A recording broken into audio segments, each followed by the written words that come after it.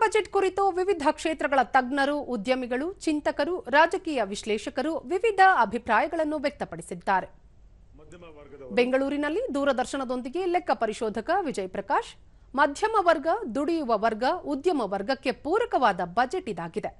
ಹಣದುಬ್ಬರ ಕಡಿತಗೊಳಿಸುವ, ಆರ್ಥಿಕ ಶಕ್ತಿ ಹೆಚ್ಚಿಸುವ, ಮೂಲ ಸೌಕರ್ಯ ಸೃಷ್ಟಿಸುವ, ಎಂಎಸ್ಎಂಇಗಳಿಗೆ ಚೈತನ್ಯ ನೀಡುವ ಬಜೆಟ್ ಎಂದರು. ಪರ್ಸನಲ್ ಇನ್ಕಮ್ ಟ್ಯಾಕ್ಸ್ ನಿಲ್ ಇನ್ಕಮ್ ಟ್ಯಾಕ್ಸ್ ಅನ್ನ 12 ಲಕ್ಷಕ್ಕೆ ಏರಿಸಿದಾರಲ್ಲ, ಇದು ಅತ್ಯಂತ ಮಹತ್ತರವಾದ ಕೊಡುಗೆ ಮೋದಿ ಸರ್ಕಾರದ 3.0 ನಲ್ಲಿ. ಉದ್ಯಮಿ ಬಾಲಚಂದ್ರ ಪಟೇಲ್, ಆದಾಯ ತೆರಿಗೆ ಕಡಿತ, ಪ್ರವಾಸೋದ್ಯಮ, ಮೂಲಸೌಕರ್ಯ ಸೃಷ್ಟಿಸುವ ಜೊತೆಗೆ ಅಭಿವೃದ್ಧಿ ಪೂರಕ ಬಜೆಟ್ ಎಂದು ಅಭಿಪ್ರಾಯಪಟ್ಟರು.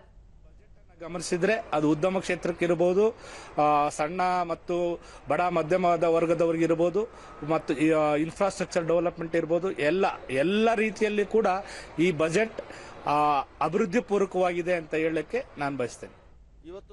ಸೊರಬ ತಾಲೂಕಿನ ರೈತ ದತ್ತಾತ್ರೇಯ, ಕಿಸಾನ್ ಸಮ್ಮಾನ್ ಕಿಸಾನ್ ಕ್ರೆಡಿಟ್ ಸಾಲ ಸೌಲಭ್ಯ 5 ಲಕ್ಷ ರೂಪಾಯಿಗಳವರೆಗೆ ಏರಿಕೆ ರೈತರಿಗೆ ಶಕ್ತಿ ನೀಡಲಿದೆ ಎಂದು ಅಭಿಪ್ರಾಯಪಟ್ಟರು. ಅತ್ಯಂತ ಹೆಮ್ಮೆಯ ಸಂಗತಿ. ಬಿಜೆಪಿ ವಕ್ತಾರ ಅಶೋಕ್ ಕುಮಾರ್ ಗೌಡ, 12 ಲಕ್ಷ ರೂಪಾಯಿಯವರೆಗಿನ ತೆರಿಗೆ ವಿನಾಯಿತಿ ನೌಕರರಿಗೆ ಹೊಸ ಶಕ್ತಿ ನೀಡಿದೆ. ಆರೋಗ್ಯ ಮತ್ತು ಶಿಕ್ಷಣ ಕ್ಷೇತ್ರದಲ್ಲೂ ಸಾಕಷ್ಟು ಸುಧಾರಣಾ ಕ್ರಮ ಕೈಗೊಳ್ಳಲಾಗಿದೆ ಎಂದರು. ಎಲ್ಲದಕ್ಕೂ ಸಹ ಹೆಚ್ಚಾಗಿ ಒತ್ತು ಕೊಟ್ಟು ಭಾರತದ ಎಕಾನಮಿ ಇಂಜನ್ಗೆ ಒಂದು ಬೂಸ್ಟ್ ಆಗ್ತಕ್ಕಂಥ ಕೆಲಸ ಇವತ್ತು ನಿರ್ಮಲಾ ಸೀತಾರಾಮನ್